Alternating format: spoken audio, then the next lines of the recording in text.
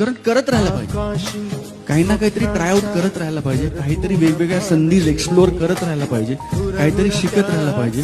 कारण येणारा काळ हा फक्त त्या लोकांना लक्षात ठेवेल जे लोकांनी रिस्क घेतली. मला असं वाटतं येणारा काळ फक्त सेफ राहायचं नाही, रिस्क आणि कॅल्क्युलेटेड रिस्क या दोघांमधला फरक ज्याला कळला, मला असं वाटतं की तो या येणाऱ्या काळात खूप पुढे जाईल.